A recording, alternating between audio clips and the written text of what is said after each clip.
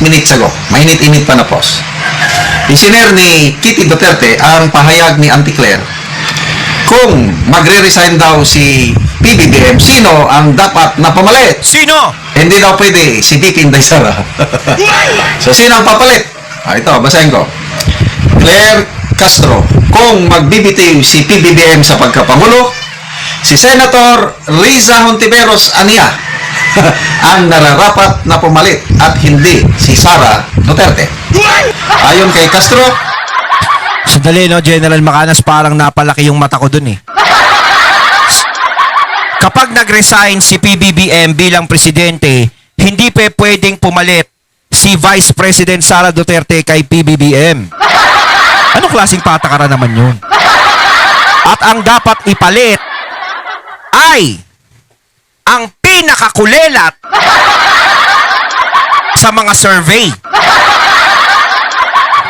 At ang pasang-awa na nanalo sa pagiging senador. Si Hontiveros.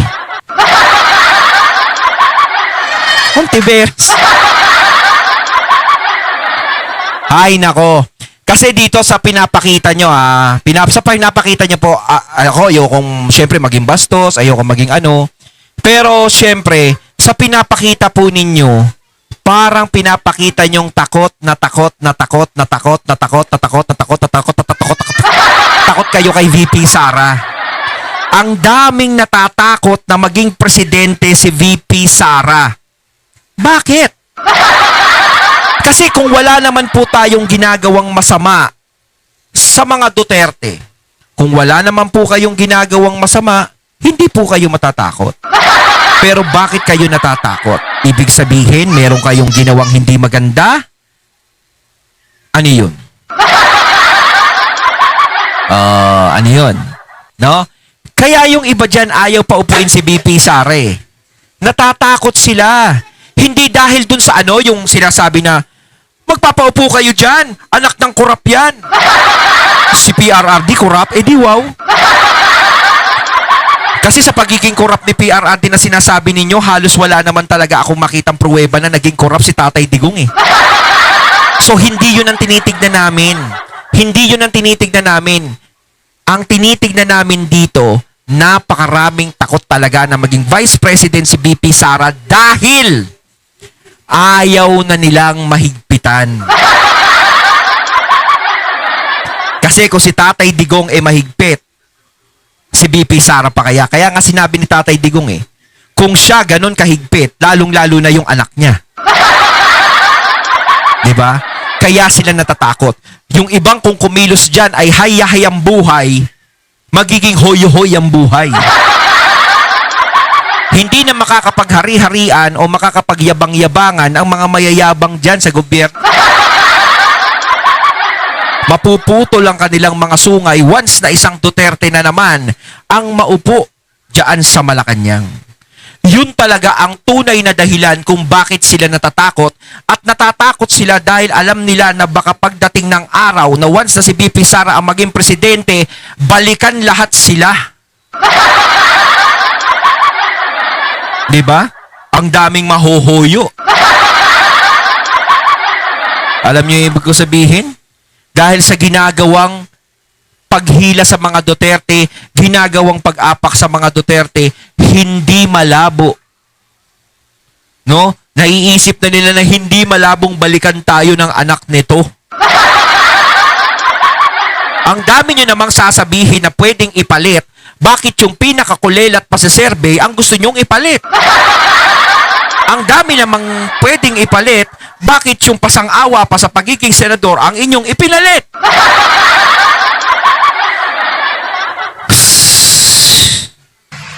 mas may kredibilidad, karanasan, at neutralidad si Hontiveros kumpara sa Vice Presidente na aniya ay may kinakaharap pang mga isyu at koneksyon sa mga personalidad na iniuugnay sa iba't ibang kontrobersya. May kinakaharap na issue. Bakit si Honti ba walang kinakaharap din na issue? Hindi na naman kayo nakalusot.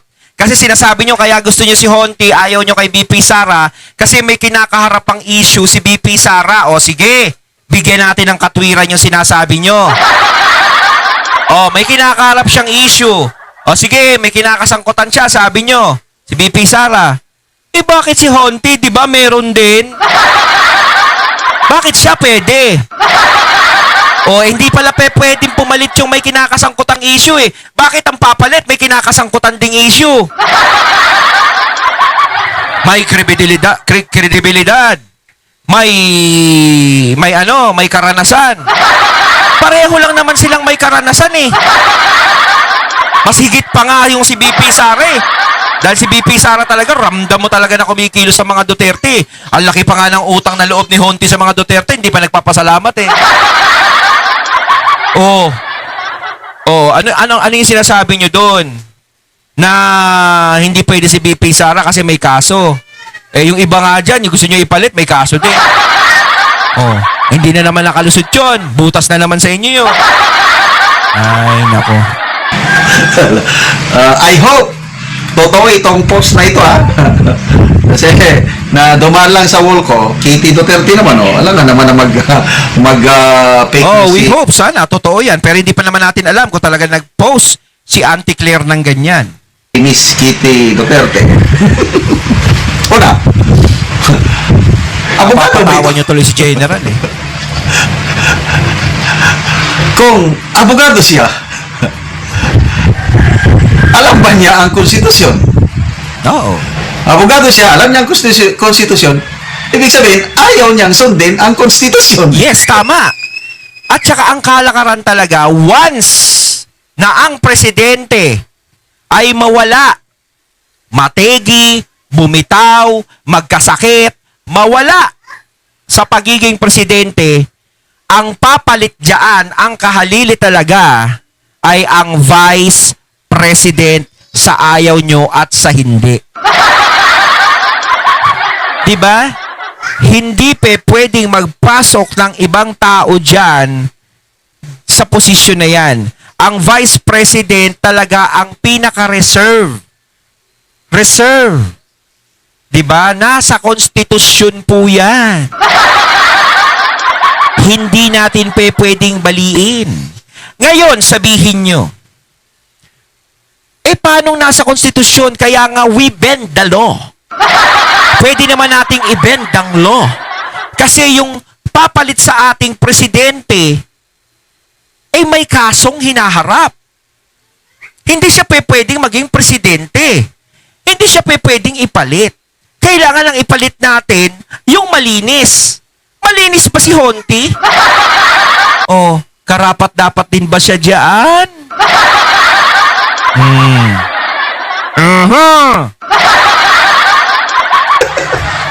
Ay, nako. Ang daming ganitong nagsasabi. May isa pang abogado. Attorney Jesus Palses.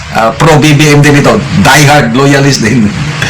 Sabi niya, kahit guilty si PBBM, meaning yung guilty siya sa corruption as charged by Saldico, even if the president is guilty of corruption, I will not call for Marcos resign.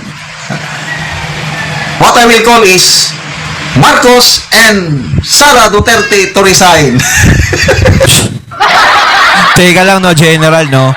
Kung sakali daw maging guilty si PBBM, kung sakali daw comment yun nagsalita yung is hindi siya sisigaw na Marcos resign, ay sisigaw niya Marcos and Sara resign.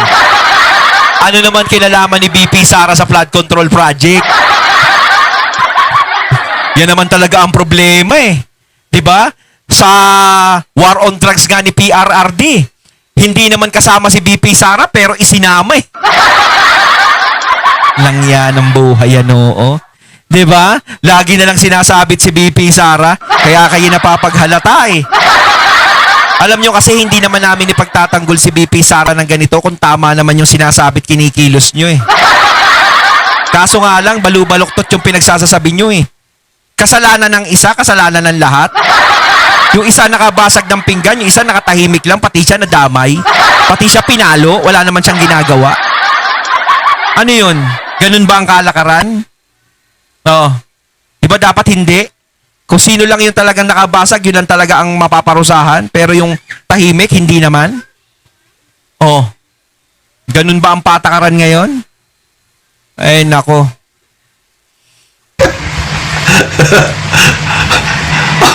Ano ba? Bakit magre-resign si VP Sara? Oo, bakit? Si Marcos man ang Kaya nga inaakusan napapagalata nating mga takot to eh. ang talamak na korupsyon. Mga naprapraning na talaga sila. Bakit nakapagsabi si Auntie Claire na if PBBM resign? Ibig niya sabihin may posibilidad na magre-resign si PBBM? Tanong lang naman.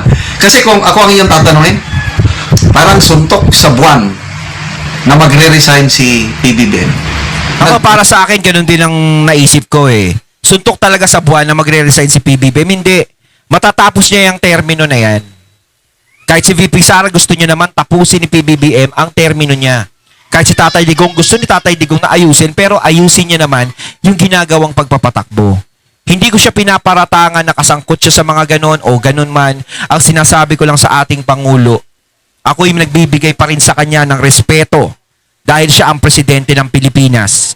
Kahit na may nababalitaan ako na isinasangkot siya sa kung ano-ano, ang gusto ko lang ay ayusin niya kung ano man ang ginagawang pamamalakad niya diyan sa gobyerno sa Malacanang at ginagawang pamamalakad sa lahat ng mga tao.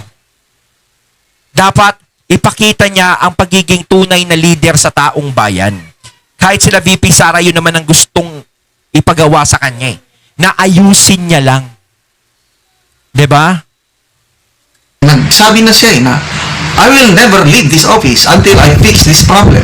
Yung flood control problem. Aayusin niya muna bago alis. Ano pa? Tagal yan. Meron pa siyang statement. Mga post lang ito na nababasa ko. I hope these are true statements. Kung magre-resign ako, kung bibitaw ako, sabi niya, mas lalong maghirap ang taong bayan. Ano pa? Di naman. Nung presidente naman si PRRD, di naman kami naghirap. Partida pa nun po ah. Lahat ng mga tao ng pandemic wala pong trabaho buong Pilipinas. Pero nakasurvive po. Hindi naman po siguro kapag nag-resign kayo maghihirap kami. Yun ha. Yun lang po yung nasabi ko. Yun lang po. Kasi parang napakalayo naman yun. Hindi po mangyayari sa amin yan. Kahit ngayon mag-resign po kayo, hindi naman kami maghihirap eh. Huwag lang si Honti yung papalit sa'yo. Sigurado baka maghirap kami. Opo. Totoo yan, totoo yan. So, opinion ko, Alam nyo, kaysa si Honti ang ipalit nyo? Ha? Kaysa si Honti ang ipalit nyo? Alam nyo kung sino magandang ipalit na lang sa pagiging presidente kung sakasakaling mag-resign yung presidente? Kung ayaw nyo kay VP Sara? Ha? Ang ipalit nyo na lang, alam nyo, si Rastaman. Si Rastaman na lang. O gusto nyo, si Leo Marcos na lang ipalit nyo eh. Para ukinam. Para puro gano'n na lang tayo eh. lang ito. He will never Puro para kwentong barbero na lang tayo araw-araw. Kasi nakapagbitiw na siya ng statement na by the time he leaves office in 2028, gusto niya daw may positive changes na nangyari sa buhay ng Pilipino. Ang kanyang hangarin, ang kanyang legacy, walang Pilipinong nagugutom pag-alis niya. Wala na talaga ating presidente. Di ba? Ang sarap pakinggan. Walang magugutom na Pilipino. Mr. President, punta ka sa bundok-bundok sa mga tribo, ang daming nagugutom doon. Sana maging totoo ang iyong pangarap. Kasi sabi niya in one gathering last month ata, malapit nang matupad ang pangarap ng inyong Pangulo. Ano yun? Yung wala nang magugutom. Sa survey ng SWS. Wala na raw magugutom. Ngayon nga, nagugutom ako eh. No. Wala na raw magugutom ha. Diyos ko naman. Alam niyo po, no, uulitin ko, Mr. President. No, siyempre, may respeto pa din ako sa iyo, Mr. President. Gusto ko lang, sagutin yung, in a proper way, di ba? Na wala naman pong magugutom na Pilipino kahit mawala po kayo sa pagiging presidente. Okay lang po yun.